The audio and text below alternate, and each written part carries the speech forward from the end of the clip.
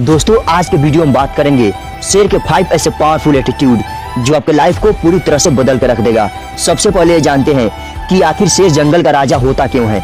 Why the lion is the king of jungle. जबकि हाथी सबसे विशाल जानवर, जिराफ सबसे ऊंचा, लोमड़ी सबसे चालाक, चीता सबसे तेज, तो फिर शेर बिना सब क्वालिटीज के राजा कैसे बन गया? इसकी वजह है उसका मेंटल एटीट्यूड। जी हाँ, शेर बहुत साहसी, बोल्ड और कॉन्फिडेंस के साथ जंगल में अपनी धमक बनाए रखता है।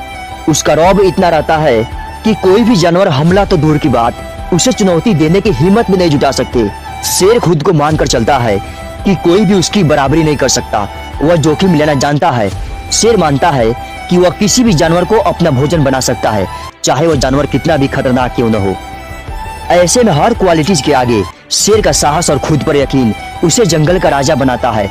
ओवरऑल बात करें तो साला उसका एटीट्यूड ही उसको राजा बनाता है। अगर शेर की तरह जीना चाहते हो तो उसके 5 पावरफुल एटीट्यूड आपको जरूर सीखना चाहिए। सबसे पहला एटीट्यूड, अपने गोल पर फोकस करना। आपने शेर को देखा होगा कि वह किस प्रकार अपने शिकार को पकड़ने के लिए कितनी शिद्दत से शिकार पर पूरा ध्यान केंद्रित करता है। जिस समय शेर शिकार करने जाता है उस समय उसे सिर्फ वह शिकार ही दिखाई देता है, जैसे महाभारत में अर्जुन को मछली की आंख दिखाई देती है।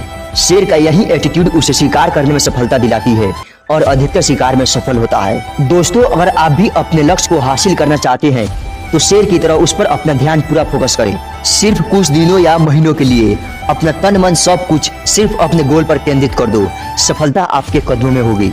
दूसरा एटीट्यूड, बिना रोए बार बार कोशिश करते रहना।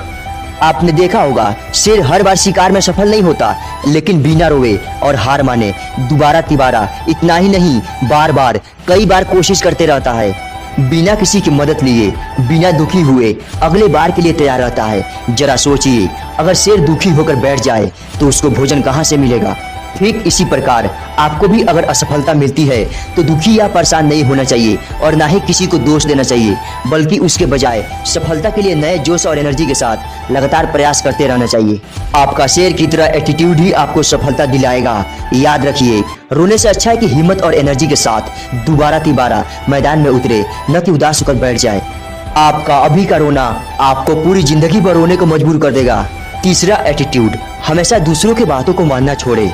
दूसरों के इशारे और रास्ते पर झुंड बनाकर भेड़ को चलते हुए आपने देखा होगा कि चरवाहा किसी एक भेड़ को ही डायरेक्शन देता है, बाकी उसके पीछे खुद ही चलते रहते हैं। चाहे अगला वाला भेड़ कुएं में कूद जाए तो सारे उसके पीछे कुएं में चली जाएंगी, लेकिन शेर किसी की बातों या डायरेक्शन में नहीं बल्कि खुद के बनाए रास्ते और उसूलों पर चलता है।